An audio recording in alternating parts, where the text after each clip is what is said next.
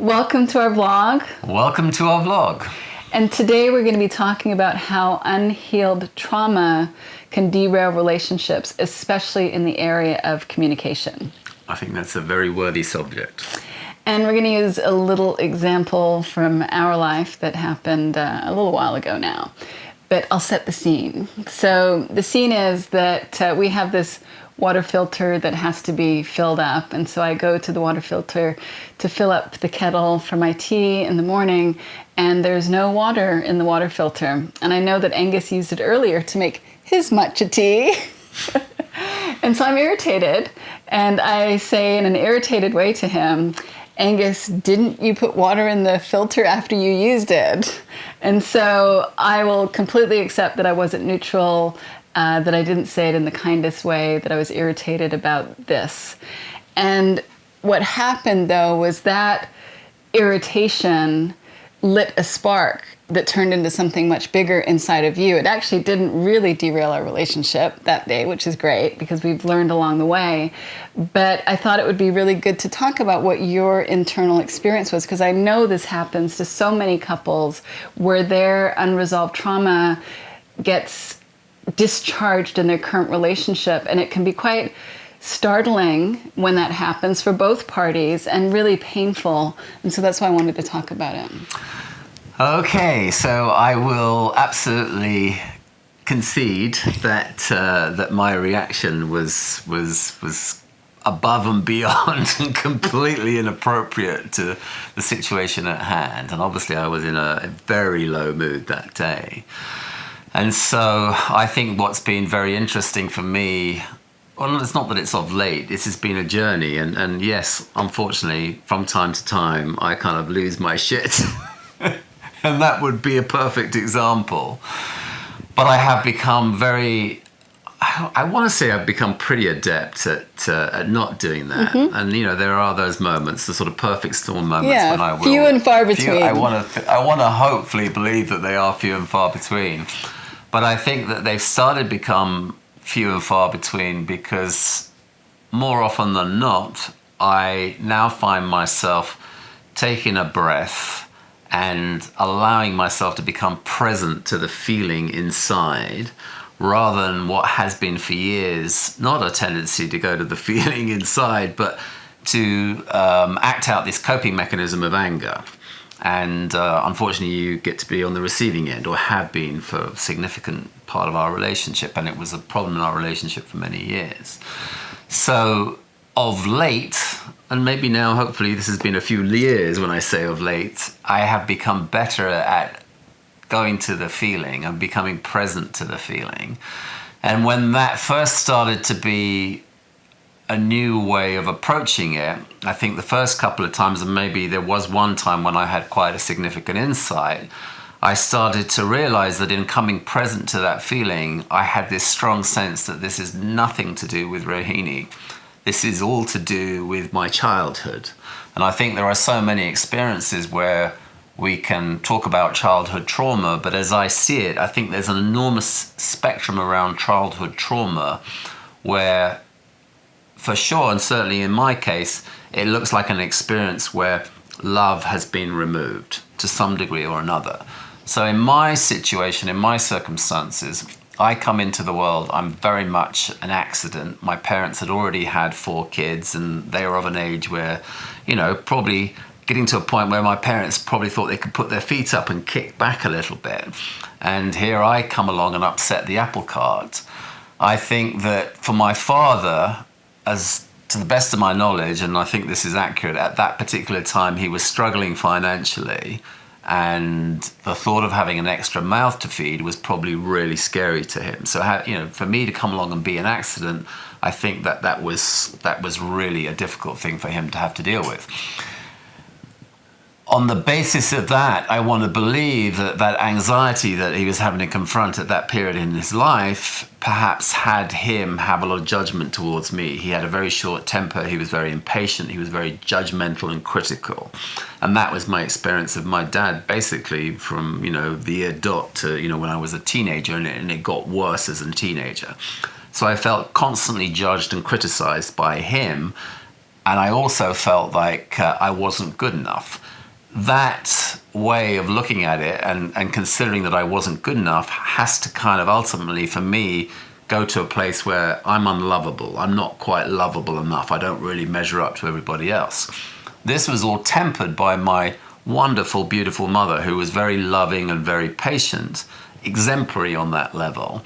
And thank goodness that I had that in my life. But my father was kind of the opposite of that spectrum.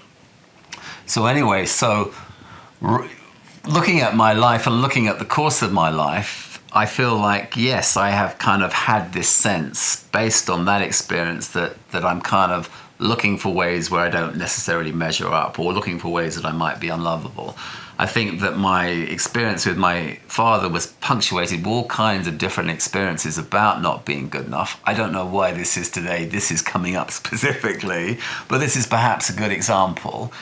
He wasn't, I think he was very busy. I think he was so strung out of making money that he worked pretty hard and perhaps didn't have the time to sort of invest in perhaps the things that you might do with your kids.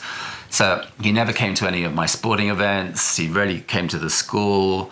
I think there were perhaps 2 times where he came to maybe a football match and came to one of our school open days. I seem to remember the football match that, I was perhaps the better player on the team. I was perhaps one of the good players on the team. And I remember getting a sense that he was critical of how I'd played and how I'd performed. He just seemed very aloof and disinterested. That registered with me. But one thing that really did register with me, and this is what's coming forward for me today, was there was the experience where there was an open day at school. And I want to say I was probably like 12 years of age. And this is, I think, 1972. I think we probably had the World Cup. I want to say it was maybe 1970, the World Cup. And I was just really entranced, as I think the whole world was, by Pelé and how he played. And I decided to make, for an art project, a clay football boot, a replica of Pelé's Puma football boots. And it had Pelé written on the side, and I made it and I glazed it. And I was really, I'm sure it was pretty crude and rudimentary, but I was really thrilled with it. And I think that I wasn't necessarily an academic child, but I was good at art and I was good at sport. So these are the areas that I excelled in. So, this might be an area where I might be able to get some appreciation and love from my dad. So the sports obviously hadn't done its job. And then soon after there was this experience where there's an open day at school, and there was, the art department was very much at the forefront of this open day. It might have even just been an open day for art. So my dad had decided, to finally come to one of these events with my mum. It was very rare for them both be there together. It was usually always my mum, sometimes my sisters, in fact. But here is my dad coming to this event, and then driving home, he's in a terrible mood, and then goes off on this tangent about, something along the lines that this was, what am I doing, wasting my time, and that is that all you've got to show for your work this year? And I just felt so deflated and humiliated, and again, this sort of feeling of being not good enough, of being unlovable, it just really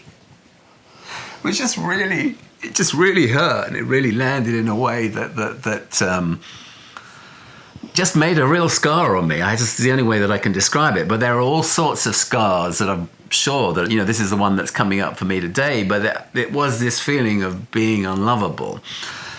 So riding that forward to our relationship and carrying that into adult life, this sense that I'm not good enough. In our relationship, I elected to be with someone, as I'm sure most people that come together and create these intimate relationships, like this relationship is emblematic of love and well-being. This is where I want to be. And you have so many qualities that are reminiscent of my mother and that love that I received from her. That's the sweet spot. But how I have had it wired for all these years is that because for me as an infant, as a child, that the behavior of my dad perhaps suggested that I wasn't fully lovable, and that the way that it was suggested to me that I wasn't fully lovable was his criticism, was his anger, was his impatience. So in an intimate relationship, and my intimate relationship with you, any hint of anger or impatience or criticism, to me, something is triggered inside my head. You're not lovable. And what? Meaning you. Me. I am not lovable. And so how that transpires in my psychology in those moments is that over the years, I've got very good at avoiding those feelings. So avoiding those feelings for me in a relationship, and the relationship with you, is I go to this coping mechanism of anger, because the anger allows me to circumnavigate the feeling of being unlovable. That's such an awful feeling of being unlovable. It's something that I have done everything I can to avoid at all costs.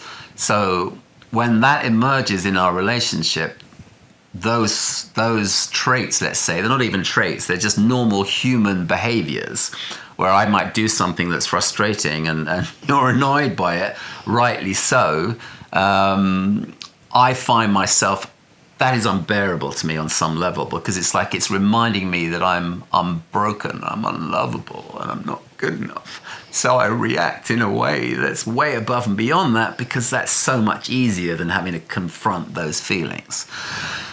So I guess I want to say, if I can come to the antidote part of it all, it comes to a place where that insight that I had, that is like, oh yeah, you know what, let's not do the coping mechanism today. There's a real urgency to do that, and that's been my prerogative, if you like, for many years, because of my lack of understanding. It's like, let's not do that, let's become present to the feeling. And in coming present to the feeling, there is a child in there who deserved nothing but to be loved and adored and held, and didn't have that experience. And so for me, what happens is that I have this experience that feels really tender, it feels really vulnerable, and I have nothing but love for that child. You know, love is the factory default setting for us all human beings. And an infant comes into the world, and that's all it wants to do. It wants to be an expression of love and well-being. It wants to receive love and well-being. It wants to be in a very safe container on that front. So in a sense, how interesting it is to fast forward to a relationship where you're trying to create the safest of containers, and it looks so safe at first, and then there's that little experience where, oh, you're reminded of something that perhaps you don't like. And for me, I just got very well versed and very good at, like, I'm not doing that. I don't want to feel that feeling, because it's so terrible, and anger became my coping mechanism. I'm so sorry that you had to be on the receiving end of that, but it was nothing to do with you.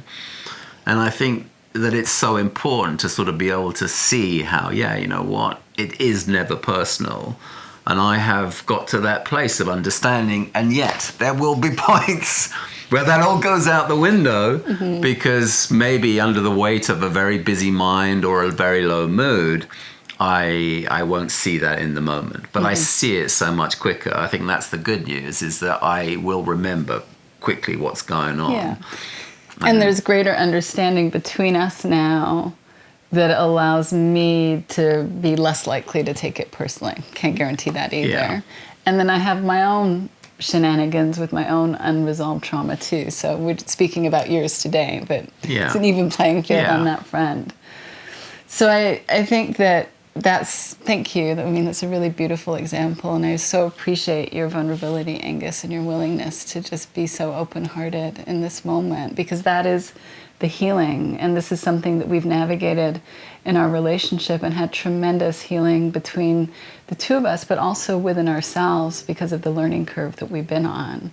And that the way that Angus described it, one comment from me could light that fuse of misunderstanding within him, where he buys into the lie that he's not good enough.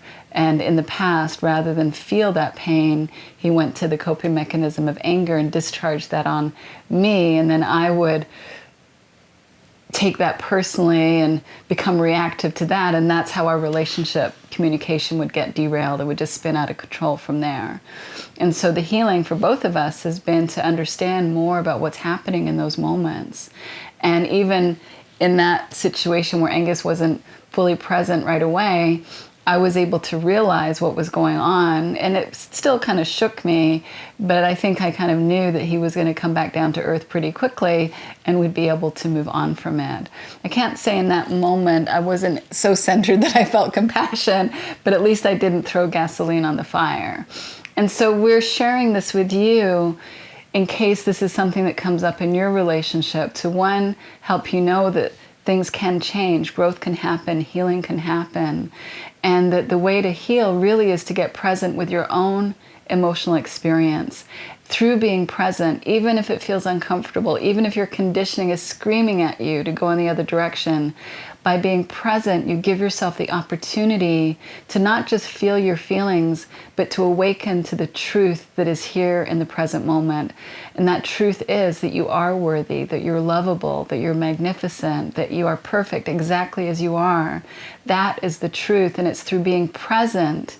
Even sometimes that means being present to uncomfortable feelings, but being present that we experientially realize what is actually true about who we are. And that experience is where the healing comes from. And from that healing, there's the personal healing that unfolds from there.